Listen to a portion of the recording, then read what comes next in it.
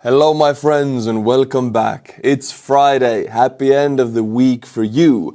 And it's a happy end of the week for me because United States President Donald Trump came out with an information that I have been waiting for a long time and it already has an effect. Who would have guessed that this is going to be the turn that Trump will take? Because everybody was afraid that he's going to make a deal with Putin. Well, it turns out Putin doesn't really want to make a deal. Whatever Trump thought or planned before, now he's taken another route. And I like it. Check it out. And I'm also going to ask Saudi Arabia and OPEC to bring down the cost of oil. You got to bring it down, which frankly, I'm surprised they didn't do before the election. That didn't show a lot of love by them not doing it. I was a little surprised by that. If the price came down, the Russia-Ukraine war would end immediately. Right now, the price is high enough that war will continue. You got to bring down the oil price. So he's talking about pretty much like bringing down the oil price with Saudi Arabia and OPEC by increasing the production of oil. It's increasing the supply of oil in the world markets and then that brings down the oil price. I mean, this is a sanction pretty much. It's not directly a sanction, but it's a sanction. Russia gets its money from oil and gas exports. That money funds the war directly. You bring down the oil prices, you bring down the Russian war machine, and it's Trump who is wanting to do that. I mean, everybody thought and was afraid that he's going to make a deal, but hey, he's using the means I would use. I am surprised and I gotta say a positive wow right here. And by the way, when he made that statement immediately one day after oil prices dropped 1%, I know it's not much and they can go back up, but this is to show that he has an effect. Even if he hasn't done anything with OPEC yet, his words already will shake the markets. And this 1% drop, okay, not much, but for a country that gets half of their entire money, like Russia, 50% of their entire income is from oil and gas exports, this 1% drop means something.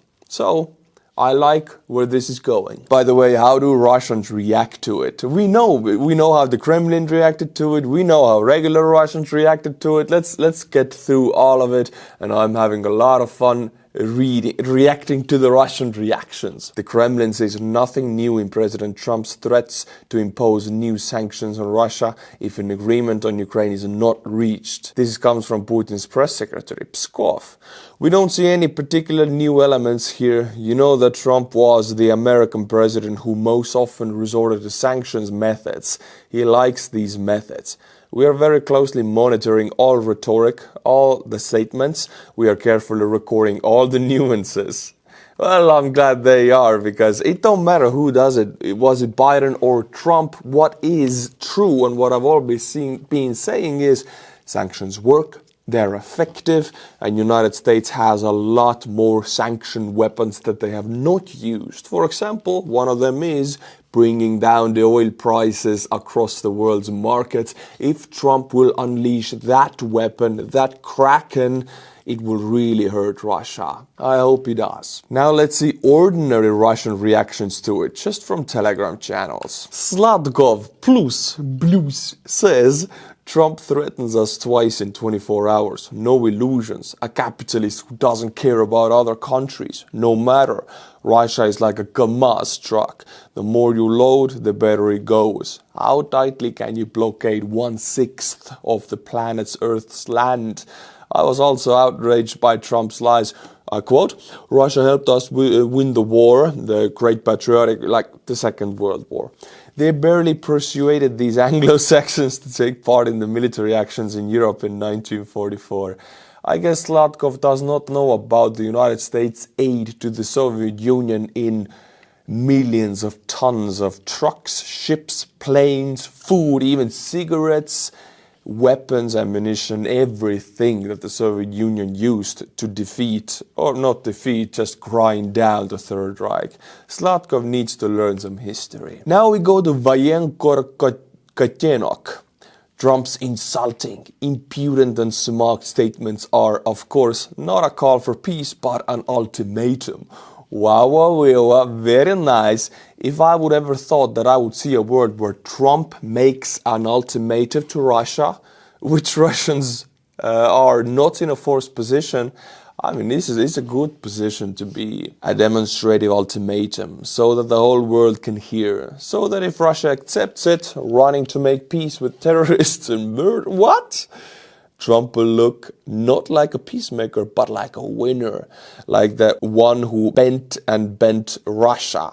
I like what I'm hearing from ordinary Russians. Keep it going, ordinary Russians. You have the right thoughts here. Zapiski veterana. Everyone has already translated this ultimatum of Trump to Russia as they wish, but the meaning is the same.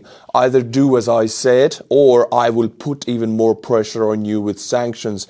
As I wrote earlier, there can be no talk of any peace. Russia cannot be satisfied with what is being offered to it. Ukraine will not agree to what Russia demands of it. Ukraine should prepare for the complete destruction of the male population, and Russia for a difficult, protracted war. I'm not gonna even read you the last, but what you get the idea. Trump said shots fired on Russian way from Trump 2 times in the 24-hour period. One of them, he mentions that he is very open to imposing stronger sanctions against Russia if Putin doesn't get behind the negotiating table. And on the second one, he said that they will lower the oil price of the world market, which hurts Russia really bad. This is an ultimatum. This is a show of force. This is what I've always been talking about, that you can only talk to Russia from a position of strength. I like what I'm seeing. Talking about the position of strength or sanctions in the way Ukraine understands them, Ukrainian flying sanctions, I could almost call them. Ukraine released what is reported to be 200 to 400 long-range drones into Russia last night. We don't know the exact number. By the time you're watching it, you probably know it. But 200 to 400 drones makes it one of the largest Ukrainian drone attack against Russia. It's their way of doing sanctions against Russian oil and gas industry. By the way, each of these photos, I mean, these are all of the oil refineries in the strike range of Ukrainian drones and missiles, and you can see the wasted logos right here, the ones which have been hit, and they will be hit again, of course. This is the most effective sanction. Not lowering the oil prices of the world, but just destroying Russian oil refining capabilities. And these are the flight paths of the Ukrainian drones. You can see majority of them were released in the Kursk and Bryansk oblasts, and this area between Moscow and Ukrainian border is filled, quite saturated with oil refineries and oil depots. They go boom, boom, boom all over the place, and suddenly Russians are smoking carelessly in all of these different locations, and huge fireballs emerge. It's a beautiful sight.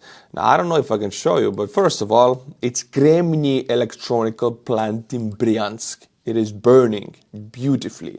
Secondly, it is the refinery plant in Ryazan, and this produced one of the most grandiose fireballs I've seen in this war. Just to create you a screen pic, maybe I can show this one. Look at that. It's a nice mushroom cloud of burning oil. Always a good sight in Russia. Also, the drones reached Saratov region and Engels Air Base. Again, I think Engels Air Base, I mean, it was home to Russian Tu-95 strategic nuclear bombers. It's not anymore, but this airbase has been hit over 10 times at least. I remember reporting about it. So it's one of Ukrainian most favorite targets for their drones. And I don't know why Russians keep bringing stuff back to that airbase if Ukrainians keep hitting it. But I like the game they're playing. Also in Moscow, 10,000 square meters is burning. It's a warehouse that is burning. It's one of the largest burning areas, building areas in Russia. 10 square kilometers. And again, if I was a Russian, I'd just get my barbecue and go and grill some meat. Bad news comes to Russia from India, because United States on 10th of January, so it was one of the last Biden's orders as president. United States slapped massive sanctions against Russian shadow fleet of oil and gas tankers, about 200 ships, and secondary sanctions against countries who still buy oil and gas from Russia above the price cap of $60. One of these was India. So the United States pretty much threatened very strong sanctions against India if they continued the purchase of Russian oil and gas. And you know what happened? Who would have thought? They worked. Indian banks block Russian oil payments after new United States sanctions. Wow, wow, wow. Indian banks have begun blocking payments for Russian oil imports following the latest round of United States sanctions against Russia's oil industry.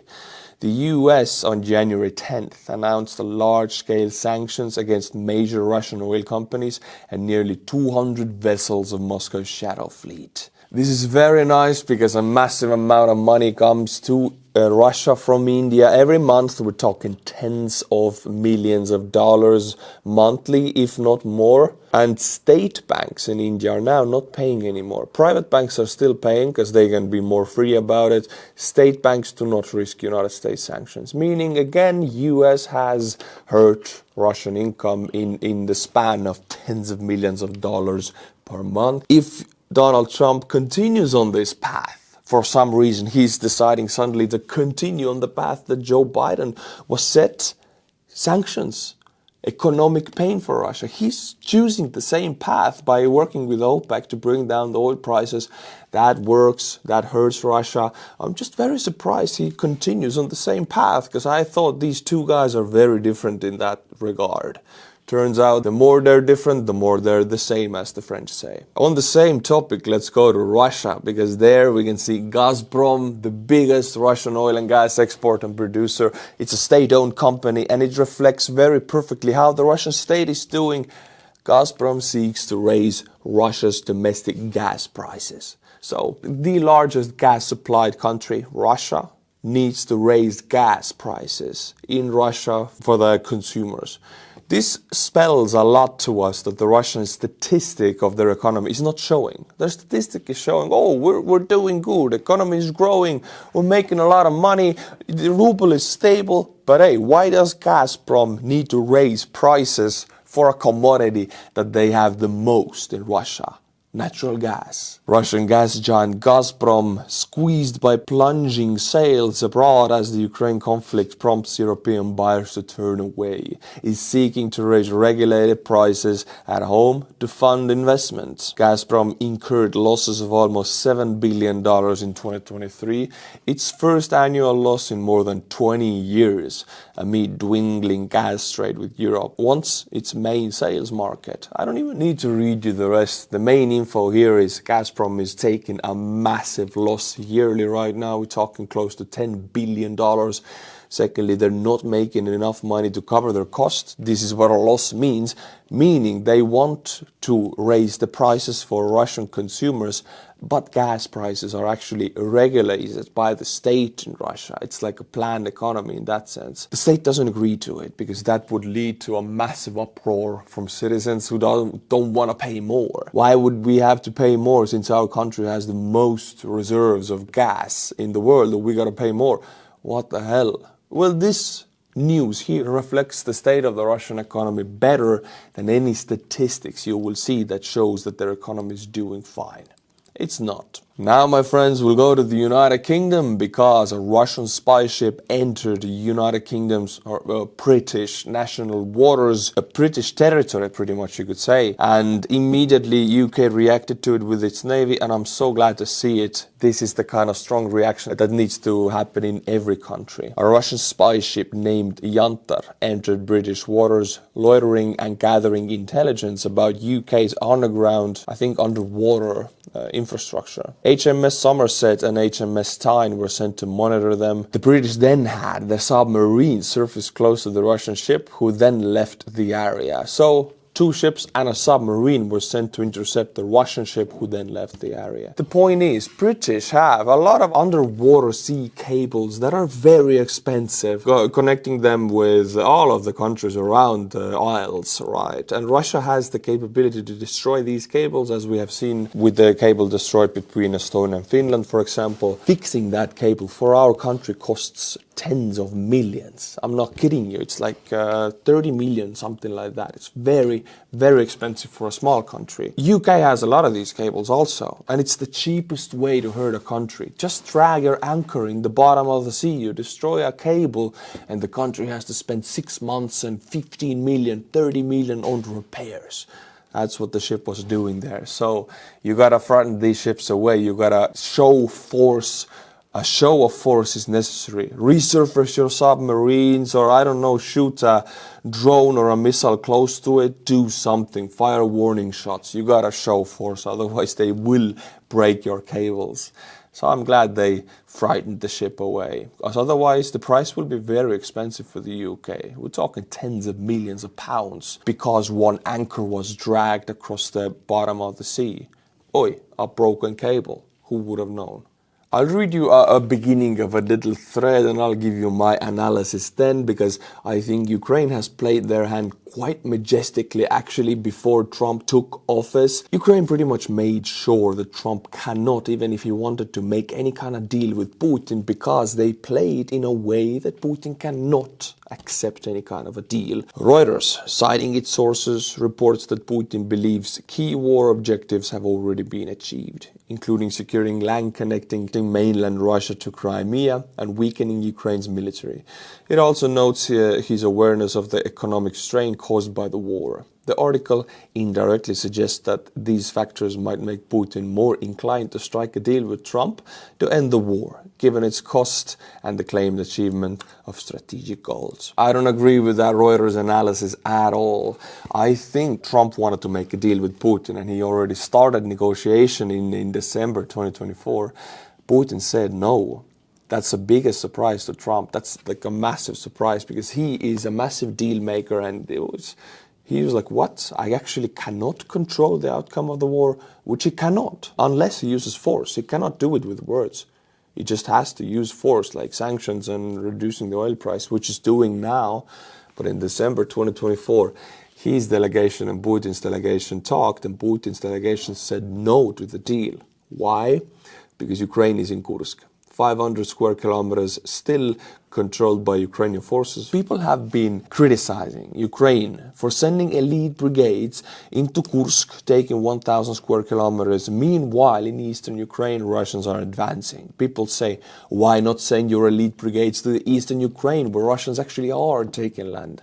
Well, now it all comes clear.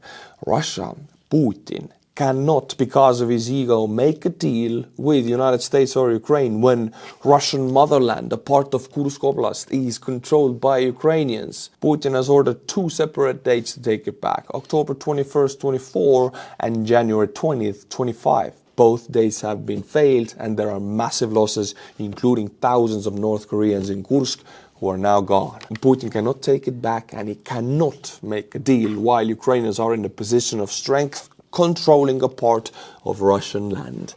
This is a bargaining chip for Ukraine. This is a trump card. The situation right now is Trump is saying to Zelensky and Putin, okay, who wants to talk?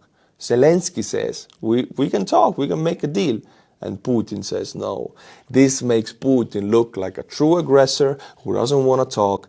And Zelensky it makes look like the guy who is reasonable and actually wants to talk, because he's in a position of strength, because his forces are controlling a piece of Mother Russia that is a massive blow to Putin's ego. Trump was very surprised about this, and you can see him going away from his first plans of making a massive deal with Russia, and now just to the same plan that Joe Biden was doing. Let's just hurt them. Let's do sanctions. Let's lower the oil prices. I like what I'm seeing here, and I think Ukraine played their hand magnificently. Now, my friends, let's go to our Baltic brother Lithuania, because these Puma German infantry fighting vehicles just arrived in Lithuania. Look at these beauties. By the way, Lithuania is still building out, and has been building out for 2 years now, an entire base, like a stationary base with building infrastructure, everything, for an entire Western Brigade to be always stationed in Lithuania. If we think about that reality for a second, it puts a new light to the Western thought that, oh, Russia will just steamroll the Baltics. How? There are a brigade in Lithuania, there are a brigade in Latvia, there are always forces present in Estonia, skies are protected with F-35s and F-16s, there is Finnish, Swedish, Polish, Estonian, Latvian, Lithuanian navies patrolling the Baltic. If Russia will indeed steamroll the Baltic, that will mean close to 10,000 dead Western soldiers if they do. which I don't think they do. That price is not acceptable for Russia or for the Western partners, which then are inclined to send more troops to save the lives of these guys I just mentioned. This is not a steamroll situation anymore. There are the best Western capabilities present in the Baltics. We're also talking K9s from South Korea. We're talking HIMARS, which is bought by Estonia, Latvia and Lithuania. We're talking future F-35s from Finland. The Baltics and Finland are not a question of steamrolling by the Russian forces anymore. It might have been the situation in the 90s and before NATO. Not anymore. Igor Girkin from prison published a document, and I mean, he's in prison, he's still alive, everybody's surprised about that. And I will read you the entire thing because it's beautiful and it's the truth. He's speaking the truth from a Russian prison. Check it out. Reflections on what would be better not to happen for the year 2025. The situation for the Russian Federation is characterized as negative. By the end of the third year of the war, none of the objectives previously declared as goals of the special military operation have been achieved or are close to being achieved. None of the goals. While Reuters and Russian media just claim that the goals are achieved, Girkin comes out in prison saying, no, they're not achieved. Check it out. 3 points. The Zelensky regime has not been overthrown and is holding stronger than in 2022. Under the war, the accelerated de-Russification of Ukraine has continued. The Ukrainian Orthodox Church of the Moscow Patriarchate has been reformed. Nazi propaganda has brainwashed the population, and hatred for the Russia has not only failed to diminish, but has grown many times over. I agree. Number 2, no demilitarization of Ukraine has been achieved. On the contrary, there our lines armed possibly better than before the start of the SMO, well organized, experienced, resilient, and despite war fatigue showing no signs of imminent collapse. Part of this grouping is conducting combat operations on the territory of Russia's old regions in the Kursk region, from which our forces have been unable to oust the enemy for over 4 months. The armed forces of Ukraine are intensifying missile and drone attacks on the deep rear of our troops, reaching as far as the Volga and beyond, hitting industrial and infrastructure facilities on a scale that grows month by month. Again, truth ignored or not wanting to acknowledge by people in the Kremlin. Ukrainian army is many times stronger than it was in 2022. And number 3, the territories of the new regions, except for the Luhansk People's Republic, have not been liberated from the enemy. Adversary continues to firmly hold the capital and the right bank part of the Kherson region, the capital and significant parts of the Zaporizhia region, and substantial territories of the Donetsk Republic, DPR. Our successes in Kharkiv region are minimal and remain purely tactical. There is no chance that all constitutional territories of the Russian Federation can be liberated militarily in the near future. To sum up, the special military operation in the form in which it began has failed. It has not achieved its stated objectives. This comes from Igor Girkin, one of the key figures who started the Russian separatist military actions in eastern Ukraine in 2014, and the guy responsible for shooting down the Malaysian Airlines, which a lot of Dutch citizens perished. This is the truth here. It's a massive failure. My friends, for the last time of this week, Friday's edition of Butchering Buy Me a Coffee monthly members. And if you still haven't gotten this patch, just write to me and buy me a coffee and I'll be sending one your way because you deserve it. Let's go, my friends. Oscar Ramos, welcome back for the gazillionth time, Mr. Ramos. Trent Khathavai, Colonel Mann, Terry Young, K. Butter Snaps. Again, I'll say your names also many times. Welcome back. Thank you for being here, my friends. Thank you for watching. And until my next video, be sure to subscribe and be back. Slava Ukraini, and bye-bye.